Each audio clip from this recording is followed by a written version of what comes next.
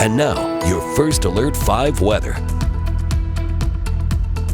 Thursday's weather was pretty nice. We had lots of sunshine, a bit of a breeze outside, and our temperatures were close to normal, up to a high of 50 in the Springs, about 5 degrees above average, 46 in Pueblo, about 3 degrees below average, so close to normal.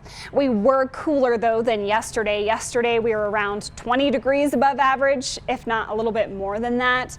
And the reason why we had to cool that down today, especially in the plains, was because we had a cold front back into the region last night and into early this morning. So that's also why the plains are colder than the mountains right now. We're at 36 currently in Eads, 39 in La Junta, and we're still in the 40s in the higher terrain like Salida, Saguache, and La Vida, still at 53 degrees tonight. So that cold front backed into the region. It's left us with an easterly breeze in the plains, and it kind of stalled out along I-25 today, keeping the mountains with this warm westerly downslope wind.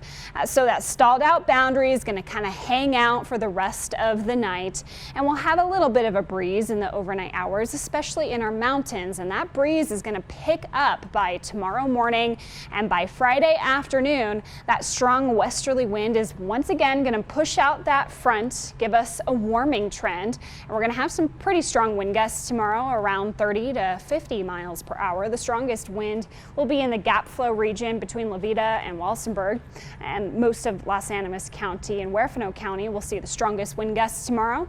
But all of us will have a breezy, sunny, and warm Friday afternoon. Then as we progress further in time, by Friday night, I'm already tracking our next cold front. This one will have impacts all across our region, and it will start a cooling trend that's going to last into next week.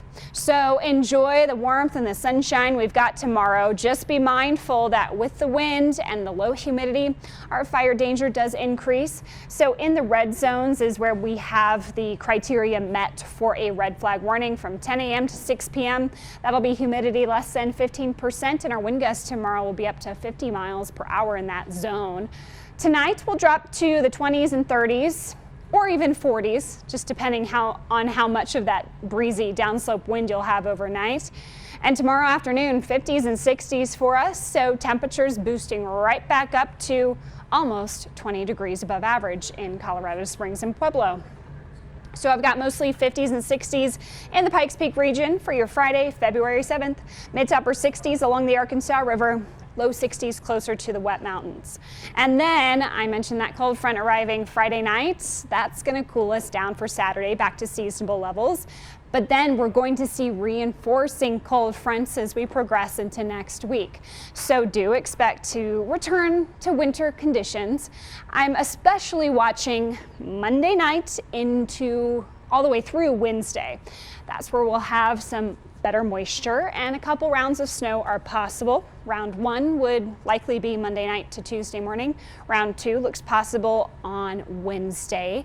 Both days don't look like a ton of snow, but we're watching that trend closely. We'll let you know if that snow amount increases. For now, it looks low enough for an impact 1 out of 5 event. In Pueblo, 60s tomorrow. Enjoy it because we are seeing temperatures fall as we progress through the weekend and into next week. Highs will only be in the 20s by Tuesday and Wednesday, and we'll have a chance of snow both days. Canyon City, upper 60s and windy tomorrow, down to 50 on Saturday, 42 by Sunday, and then another burst of cold air arriving Monday night. That gives us a chance of snow. That will linger through Wednesday. And finally for Woodland Park, mild and windy, one more day in the 50s tomorrow, and then we return to winter. 30s are back by Sunday, 20s for highs starting Tuesday.